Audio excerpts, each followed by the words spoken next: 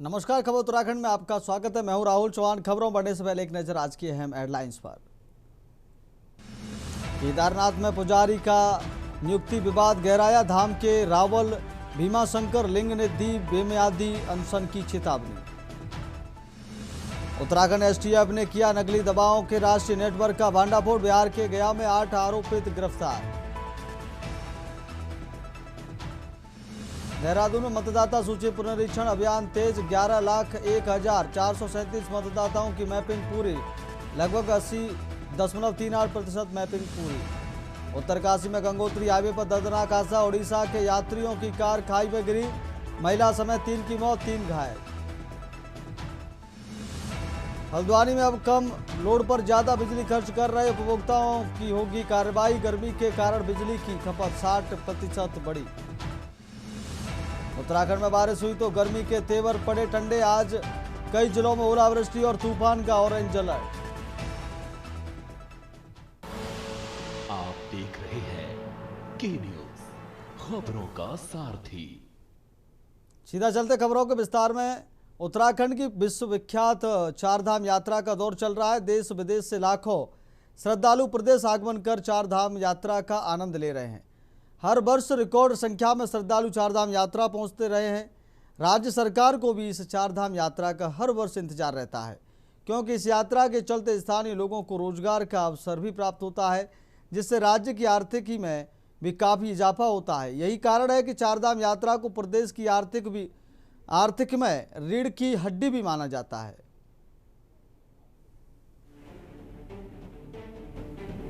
अक्सर चर्चाओं में रहने वाली बद्री केदार मंदिर समिति एक बार फिर गंभीर आरोपों के चलते सुर्खियों में है। इस बार मामला बेहद गंभीर है। आरोप है कि श्रद्धालुओं की ओर से दान पात्र में चढ़ाई गई राशि का इस्तेमाल नेताओं, उनके परिजनों और खास लोगों के अवाभगत में किया गया। इन आरोपों के बाद बीकेटीसी ने मामले को गंभीरता से लिया और इसलिए बीकेटीसी ने मामले की जाँच के आदेश देते हुए एक जाँच समिति का गठन भी किया। इसके साथ ही बीकेटीसी अध्यक्ष हेमंत द्विवेदी ने बताया कि मामले की जाँच की जा रही है। वर्तमान समय में क्या सही है और क्या गलत, ये कहना उचित नहीं है। फिलहाल तो यही कहा जा सकता है कि एक बड़ा षड्यंत्र है, जिसके तहत सरकार और मंदिर समिति की छवि को खराब करने का प्रयास किया गया। ऐसे में जांच रिपोर्ट आने के बाद ही पूरे मामले की स्थिति स्पष्ट हो पाएगी। जांच में जो भी दोषी पाया जाएगा उसके खिलाफ कड़ी कार्रवाई की जाएगी। जिस पर राजनीति अपने चरम पर है, तो वहीं तीर्थ पुरोहितों ने भी अपनी नाराजगी दर्ज कराई है। देखिए, सबसे पहले तो मैं ये बात कहना चाहूँगा कि मैं पहले ही दिन से मैंने ये बात कहा भी था और ये वास्तव में गंभीर विषय है। और आप हमारे कई पत्रकार मित्र और कई हमारे पास आए भी थे। आप जानते हैं कि 1 वर्ष और 1 महीने का कार्यकाल मेरा हो चुका है। अभी तक मैंने जो है, मैं पहले अपनी ओर से अपनी बात बता दूं और अपनी कार्यप्रणाली के बारे में बता दूं कि मैंने अभी तक वहां पर 1 रुपये का भी टीए डीए कोई भी बिल, और जितनी मैंने यात्राएं भी की हैं तो मैंने कोई मंदिर समिति से आज तक वहां पर कोई भी 1 रुपये का पैसा नहीं लिया है। ये मैं खुले तौर पर आपके चैनल के माध्यम से कहना चाह रहा हूँ कि मंदिर समिति में मैंने अपने से शुरू किया था कि कोई भी मंदिर का दान का पैसा पूरी तरह से जो कोई व्यक्तिगत उपयोग में नहीं आएगा, और उसको लेकर मैंने समय समय पर बहुत कड़ाई से वहाँ पर कार्य भी किया। और आपने देखा है पिछले इन 1 वर्षों के अंदर बहुत सारी चीज़ें वहाँ पर प्रशासनिक फेरबदल भी हुए हैं। बद्रीनाथ केदारनाथ मंदिर समिति एक बार फिर से चर्चाओं में, और यह पहली बार नहीं है कि ऐसा हो रहा है। विवादों का और बद्रीनाथ मंदिर समिति का जो है अब चोली दामन का एक साथ जैसा नजर आ रहा है। और जैसा कि बद्रीनाथ केदारनाथ मंदिर समिति के गठन का सवाल है, तो यह 1939 में ब्रिटिश हुकूमत के दौरान अस्तित्व में आई थी, क्योंकि उस दौर में जो मंदिरों का प्रबंधन था और संचालन था बद्रीनाथ का और इसके निर्दिष्ट मंदिरों का, वो उस समय जो है रावलों द्वारा किया जाता था। लेकिन उस समय जो है रावलों द्वारा अनियमितताएं की गई और भ्रष्टाचार जो हो गए थे, उसको लेकर स्थानीय लोगों में नाराजगी हुई। केदार मंदिर समिति में जब से हेमंत द्विवेदी जी आए हैं, या मैं कहूँ कि उसके पहले जो अध्यक्ष थे, इनके कार्यकाल बहुत ही ज्यादा संदेहास्पद हो चुके हैं। और जिस तरीके से इस वक्त गणेश जोशी की बेटी की बात आ रही है कि उन्होंने जो है बीकेटीसी के पैसों पर वहां पर ऐशो आराम किया, वो बाबा केदारनाथ के द्वार जा रही थी, तो भाई अपने खर्चे पे जाती, लेकिन वो उनका कहना है कि उन्होंने पैसा दिया।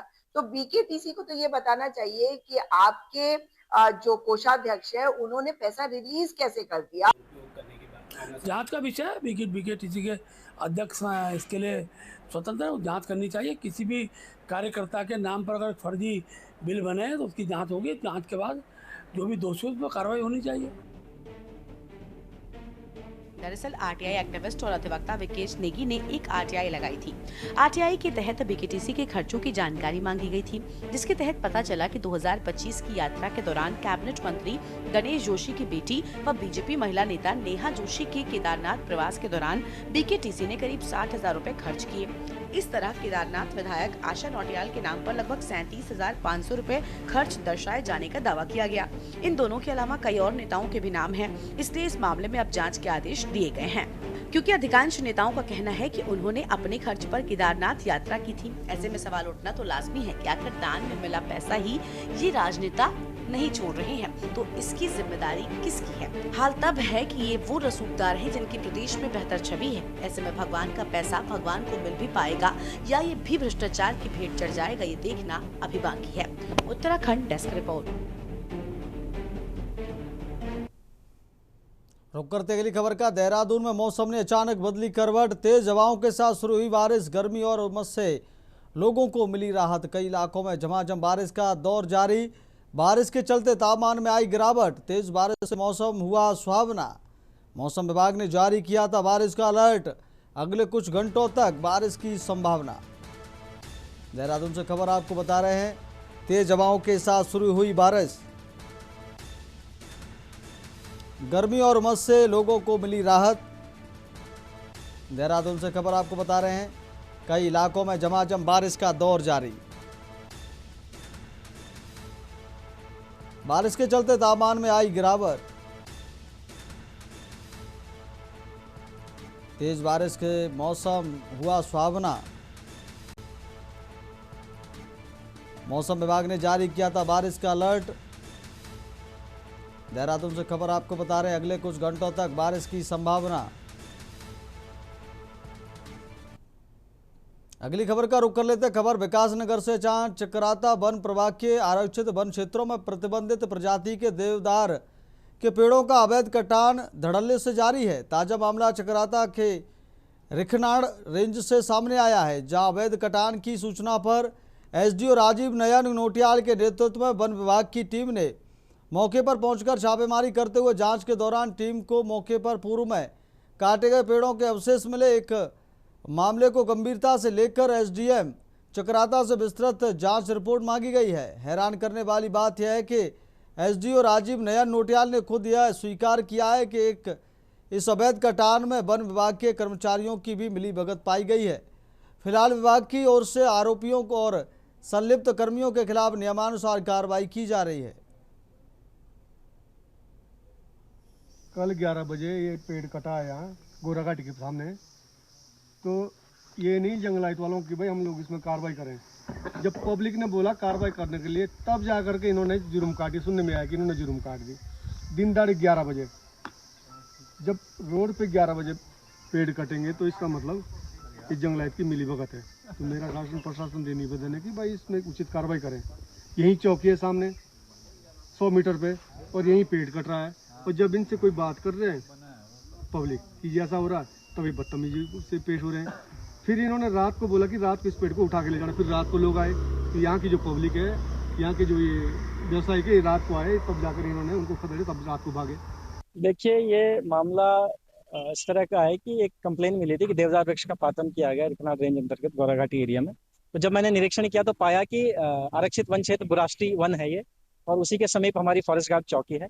वहाँ पे एक सूखे देवदार वृक्ष का पातन किया गया है। और जब इसमें फर्दर प्रारंभिक जांच की गई तो दुर्भाग्यपूर्ण है कि इसमें वन कर्मियों की संलिप्तता सामने आई है, जिसके लिए मैंने डीएफओ साहब को लिखा है कि जो भी इसमें दोषी कर्मचारी हैं उनके विरुद्ध कठोर कार्रवाई की जाए। रुक कर लेते अगली खबर का। खबर हल्द्वानी से, जहां कोतवाली में आयोजित मासिक अपराध समीक्षा बैठक में SSP Nainital doctor Manjunath TC ने प्रस्तावित कैंची धाम मेला की तैयारियों की गहन समीक्षा की।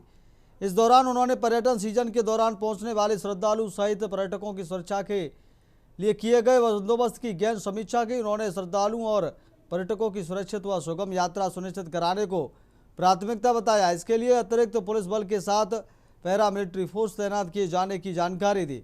प्रमुख चौराहों पर और संवेदनशील स्थानों पर ट्रैफिक व्यवस्था को मजबूत बनाए जाने पर जोर दिया, जिससे जाम न लगे। खबर नैनीताल से। मैदानी क्षेत्र में पड़ रही भीषण गर्मी के बीच सरोवर नगरी नैनीताल पर्यटकों के लिए राहत का ठिकाना बनी हुई है। तापमान बढ़ने के साथ ही बड़ी संख्या में सैलानी नैनीताल पहुंच रहे हैं और यहां की ठंडी हवाओं, सुहावने मौसम और प्राकृतिक सुंदरता का आनंद ले रहे हैं। सोनव्यू, टिफिन टॉप समेत अन्य पर्यटन स्थलों पर पर्यटकों की अच्छी खासी भीड़ देखने को मिल रही है। पर्यटकों का कहना है कि मैदानी इलाकों में एसी, कूलर और पंखे भी गर्मी के आगे बेअसर साबित हो रहे हैं, जबकि नैनीताल का मौसम उन्हें सुकून और राहत दे रहा है। वहीं सैलानियों की बढ़ती आमद से पर्यटन कारोबारियों में भी उत्साह है और शहर के पर्यटन स्थलों की रौनक लगातार बढ़ रही है। मासिक सम्मेलन, मासिक अपराध समीक्षा सम्मेलन और कर्मचारी सम्मेलन होता है और मासिक अपराध समीक्षा बैठक होता है। ये आज मतलब अभी भी प्रचलित है, आज लिया गया है, जिसमें कर्मचारियों का सम्मेलन, उसके बाद जो है विगत माह में जो ज्वलंत चैलेंजेस थे उस पर डिस्कशन किया जाता है और आगामी माह में जो जून में हमारा चैलेंजेस क्या है उस पर हमने डिस्कस किया है। आगामी माह में कैंचीधाम मेला हो रहा है और यातायात सीजन और पर्यटन सीजन और मानसखंड यात्रा मंदिर माला मिशन के अंतर्गत मानसखंड यात्रा जो है उसमें बाबा नीम करोली धाम, आपका कैंची धाम और आपका गोलजू देव और उसके अलावा अल्मोड़ा, जागेश्वर, धानाचूली, हर जगह पे जो विभिन्न मतलब जो धार्मिक पर्यटन जो होता है वो बिल्कुल पीक पे है। रुक करते अगली खबर का। उत्तराखंड हाईकोर्ट में सहकारी समिति सितारगंज चीनी मिल को सरकार के द्वारा पीपी मोड पर दिए जाने के बाद कर्मचारियों के देय का भुगतान न करने और उन्हें अन्य जगह समायोजित न करने को लेकर दायर याचिका पर सुनवाई हुई। मामले की सुनवाई के बाद कोर्ट ने मामले को निस्तारित करते हुए औद्योगिक सचिव को कर्मचारियों के प्रत्यावेदन पर विचार करने के निर्देश जारी किए हैं।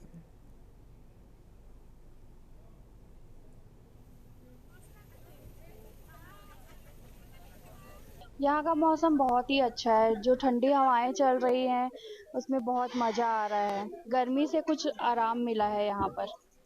नैनीताल में बहुत ही खूबसूरत वादियाँ हैं, हरी हरी झाड़ियाँ, पेड़ पौधे, बहुत अच्छे जो माउंटेन्स हैं, ये सब बहुत अच्छे हैं, दूसरी जगहों से बहुत अच्छे हैं। टूरिस्ट लोगों को यहाँ पे बहुत मज़ा आएगा। यहाँ पर जो मौसम हुआ है बहुत अच्छा है, बहुत ही अच्छा हो रहा है, ठंडा, गर्मी से बहुत आराम है। मतलब मैं राजस्थान से आई हूँ तो मतलब यहाँ का वेदर काफ़ी बढ़िया है। यहाँ एकदम ग्रीनरी है और राजस्थान में तो इस टाइम मतलब सर्वाइव करना पॉसिबल ही नहीं है, तो हमने सोचा कुछ दिन नैनीताल में घुमाते हैं। यहाँ का वेदर वगैरह बहुत बढ़िया है, काफ़ी ग्रीनरी है, एकदम बढ़िया पहाड़ है सब और मौसम भी बढ़िया है। बस यही कहूँगी कि यहाँ मतलब कोई गंदगी ना फैलाए, कचरा वगैरह सही जगह डाले ताकि यहाँ की ये जो हरियाली है वो बनी रहे। तो ये कैंची धाम की वैसे पब्लिक रहती है अब साल भर यहाँ पर, ऐसा तो प्रॉब्लम नहीं होता। परंतु और एक चीज मैं ये कहना चाह रहा हूँ कि यहाँ जो पर्यटक आ रहा है और जो अपनी प्राइवेट गाड़ी लेके आ रहे हैं वो पहले लगाए ढंग से अपनी, कहीं पर भी नैनीताल क्षेत्र में कहीं पर भी हो तो आ ही रही है, परंतु उतना जाम की वजह से प्रॉब्लम चल रही है, उतना काम नहीं हो पा रहा जिस हिसाब से होता था। पब्लिक कम आए, अच्छे ढंग से आए। रुक करते अगली खबर की ओर। उत्तराखंड की स्थायी राजधानी को लेकर एक बार फिर गैरसैंण की मांग तेज होती दिखाई दे रही है। देहरादून में आयोजित प्रेस वार्ता में स्थायी राजधानी गैरसैंण समिति ने राज्य सरकार पर 25 साल बाद भी राजधानी तय नहीं कर पाने का आरोप लगाया। समिति ने 31 मई से जनजागरण पदयात्रा शुरू करने का ऐलान किया है और आंदोलन को और तेज करने की चेतावनी दी है। देहरादून प्रेस क्लब में आयोजित प्रेस वार्ता में स्थायी राजधानी गैरसैंण समिति के संयोजक विनोद रतूड़ी ने कहा कि उत्तराखंड राज्य गठन के 25 वर्ष बीत जाने के बावजूद आज तक स्थायी राजधानी का निर्धारण नहीं हो सका है। उन्होंने कहा कि संविधान में अस्थायी राजधानी का कोई प्रावधान नहीं है, लेकिन उत्तराखंड में दो अस्थायी राजधानियों की व्यवस्था लागू है। उन्होंने बताया कि गैरसैंण को स्थायी राजधानी बनाए जाने की मांग को लेकर 31 मई से जनजागरण पदयात्रा निकाली जाएगी। यह यात्रा देहरादून के परेड ग्राउंड से शुरू होकर इंद्रमणि बड़ौनी की प्रतिमा स्थल तक पहुंचेगी। लगातार 20 किलोमीटर लंबी इस यात्रा के माध्यम से आमजन को गैरसैंण के महत्व और स्थायी राजधानी की मांग से अवगत कराया जाएगा। समिति ने यह भी घोषणा की है कि आने वाले दिनों में विभिन्न जनजागरण यात्राएं आयोजित की जाएंगी। साथ ही गैरसैंण में आमरण अनशन शुरू करने और मामले को उत्तराखंड हाईकोर्ट में उठाने की भी तैयारी की जा रही है। जो किसान चीनी मिल सहकारी समिति चीनी मिल सितारगंज में 2017 में शासन द्वारा इसको बंदी कर दी गई थी और पीपीपी मोड में दिया गया था, और जिस पर हमने विपिन चंद पांडे व अन्य श्रमिकों द्वारा चुनौती दी गई थी इसको, और हमने ये कहा गया था कि ये उत्तर प्रदेश औद्योगिक अधिनियम की धारा 6W का वायलेशन है। और साथ ही जैसे गदरपुर चीनी मिल में 2015 में जब बंद करी गई थी तो ये दिया गया था कि उनको स्वैच्छिक सेवानिवृत्ति का उनसे ऑप्शन मांगा जाएगा या उनको जो है अन्य जगह समायोजित किया जाएगा, तो ऐसी कोई व्यवस्था हमें नहीं दी गई है। मैंने काय को बढ़ाई है। अब वक्त हो गया छोटे से ब्रेक का। ब्रेक के बाद जल्द खबरों में लौटेंगे।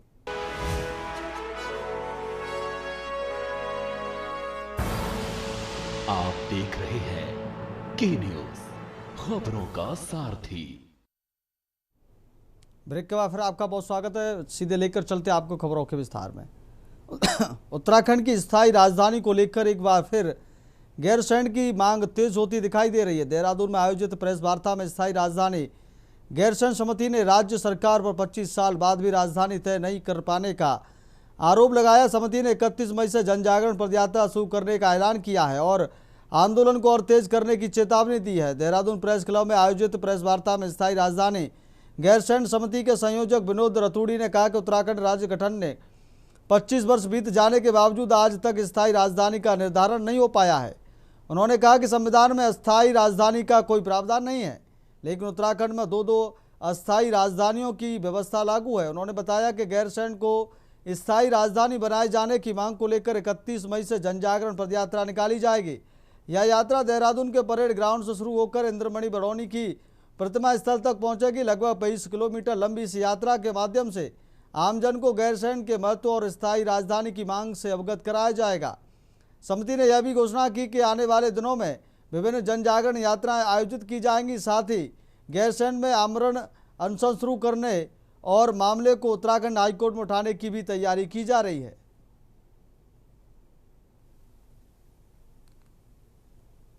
तो हमारे जनपद देहरादून की या जो भी संस्थाएं सम्मान कर रही हैं उनका हृदय की गहराइयों से आभार व साधुवाद करना चाहूंगा। और मैं हमेशा से बोलता हूं, मान पद प्रतिष्ठा ये उसे नहीं मिलता जो इसकी इच्छा रखता है, ये उसको मिलता है जिस पे प्रभु की कृपा होती है। और प्रभु की कृपा उसी को होती है जो समाज में या जिस क्षेत्र में वो कार्यशील है, जहाँ से उसकी जीविकापार्जन होती है, वहां अपने कुछ ऐसे कार्य करे, रचनात्मक कार्य करे के इन सब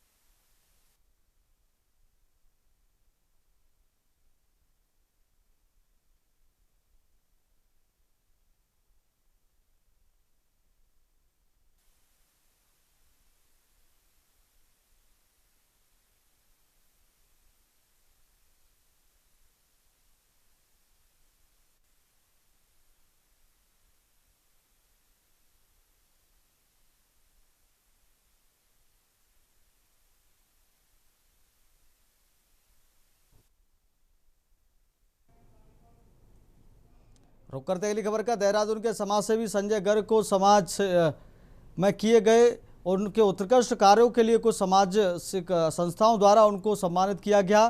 इस पर संजय गर्ग ने कहा कि सम्मान केवल आसानी से नहीं मिलता है, इसके लिए समाज के साथ मिलकर निरंतर अच्छे कार्य करने चाहिए। सम्मान अपने आप मिल जाता है। आज मैं इन संस्थाओं के द्वारा दिए गए सम्मान का आदर करते हुए इन सभी का साधुवाद करता हूँ। वह उन्होंने आज सनातन धर्म पर बोलते हुए कहा कि आज जिस तरह समाज में धर्म को लेकर वाद विवाद चल रहा है वह गलत है।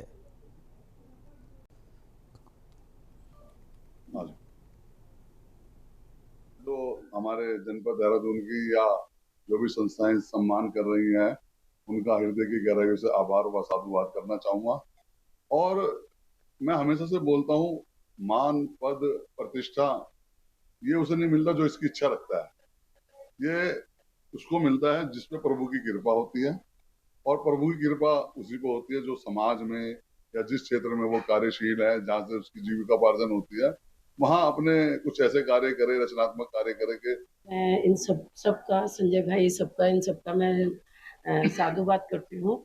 और मैंने ये इसलिए क्योंकि मैंने संजय भाई के साथ बहुत काम किए हैं, स्कूल शिक्षा विभाग में भी काम किया है और मैंने धार्मिक उसमें भी काम किया है। तो मेरा ये उद्देश्य था कि मैं इनको भी सम्मानित किया जाए, तो मैंने बहुत कुछ सीखा भी है इनसे। रुक कर लेते अगली खबर का। ऋषिकेश में भाजपा के राष्ट्रीय अध्यक्ष नितिन नवीन ने 3 प्रसिद्ध परामर्श निकेतन के गंगा तट पर आयोजित भव्य गंगा आरती में सहभागिता की और मां गंगा का आशीर्वाद प्राप्त किया। इस अवसर पर पुष्कर सिंह धामी, भाजपा प्रदेश अध्यक्ष महेंद्र भट्ट, कैबिनेट मंत्री मदन कौशिक सहित पार्टी के कई वरिष्ठ नेताओं और पदाधिकारियों मौजूद रहे। गंगा आरती के दौरान श्रद्धा और आध्यात्मिक वातावरण के बीच भाजपा नेताओं ने मां गंगा की पूजा अर्चना की। इस दौरान बड़ी संख्या में श्रद्धालु भी गंगा तट पर मौजूद रहे। कार्यक्रम में उत्तराखंड की धार्मिक और सांस्कृतिक विरासत की झलक देखने को मिली। पहली बार उत्तराखंड आए हमारे आदरणीय श्री नितिन नवीन जी, पहली हुंकार। रुक कर लेते अगली खबर का। देहरादून में मुख्य सचिव आनंद बर्दन ने सचिवालय में खाद्य, नागरिक आपूर्ति एवं उपभोक्ता मामले विभाग की समीक्षा बैठक की। बैठक में प्रदेश में खाद्यान्न और दैनिक आवश्यक वस्तुओं की उपलब्धता एवं कीमतों की स्थिति की जानकारी ली गई। मुख्य सचिव ने अधिकारियों को बाजार में खाद्य सामग्री, पेट्रोल, डीजल और एलपीजी समेत जरूरी वस्तुओं की नियमित मॉनिटरिंग करने के निर्देश दिए। उन्होंने कालाबाजारी, जमाखोरी और कृत्रिम आवाज पैदा करने वालों के खिलाफ सख्त कार्रवाई करने को कहा। इसके साथ ही बाजारों और गोदामों की नियमित जांच सुनिश्चित करने के तथा चारधाम यात्रा से जुड़े जनपदों में आवश्यक वस्तुओं की उपलब्धता और मूल्य नियंत्रण पर विशेष ध्यान देने के निर्देश भी दिए गए।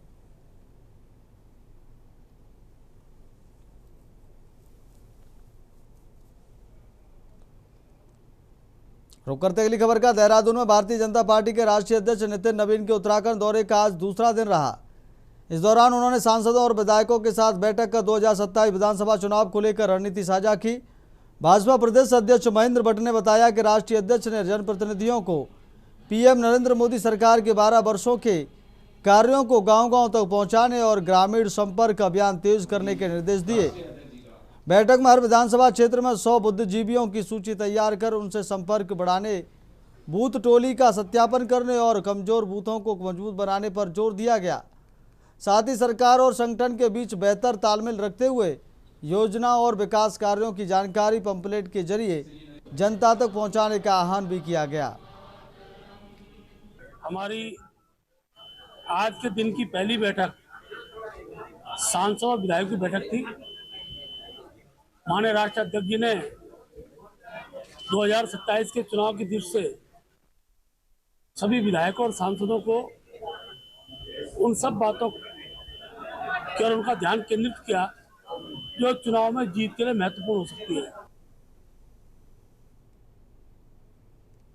अगली खबर का रुख कर लेते हैं। लक्सर में राज्य सलाहकार संविदा श्रम बोर्ड के अध्यक्ष एवं राज्य मंत्री कैलाश पंत ने जेके टायर फैक्ट्री का निरीक्षण किया। इस दौरान उन्होंने श्रमिकों और अधिकारियों से बातचीत कर व्यवस्थाओं का जायजा लिया। राज्य मंत्री ने फैक्ट्री में स्थायी और संविदा श्रमिकों से अलग अलग मुलाकात कर उनकी समस्याएं सुनी। निरीक्षण के बाद उन्होंने कहा कि केंद्र और राज्य सरकार द्वारा श्रमिकों को दी जा रही सुविधाएं पारदर्शी तरीके से उन तक पहुंचनी चाहिए। उन्होंने स्पष्ट किया कि यदि किसी स्तर पर लापरवाही या कोताही पाई जाती है तो विधिवत कार्रवाई की जाएगी। साथ ही फैक्ट्री प्रबंधन को श्रमिकों के हितों को सर्वोपरि रखने के निर्देश दिए गए। निरीक्षण के दौरान श्रम विभाग के अधिकारी भी मौजूद रहे। और मैंने पहले भी बात कही है कि हमारी सरकार श्रमिकों के प्रति बहुत ही जागरूक है और उनकी हर समस्या का समाधान निकालने के लिए प्रयास भी कर रही है। मैं आज यहाँ आया तो मैंने जो कॉन्टैक्ट बेस पर हैं उनसे भी बात की और जो यहाँ के स्थायी के कर्मचारी हैं उनसे भी बात की। कुछ बातें संज्ञान में आई हैं, उन पर विचार किया जाएगा, क्योंकि मेरा बिल्कुल साफ कहना है जो भी सुविधाएं हमारी प्रदेश सरकार, केंद्र सरकार जो है श्रमिकों को दे रही है, हम चाहते हैं कि उस तक वो सुविधा पहुँचनी चाहिए। यदि कहीं बीच में कोई रिकॉर्ड कर रहा है या कोई उस बात की अवहेलना कर रहा है। फिलहाल खबर उत्तराखंड में मेरे साथ इतना ही। देखते रहिए के न्यूज़ इंडिया। नमस्कार।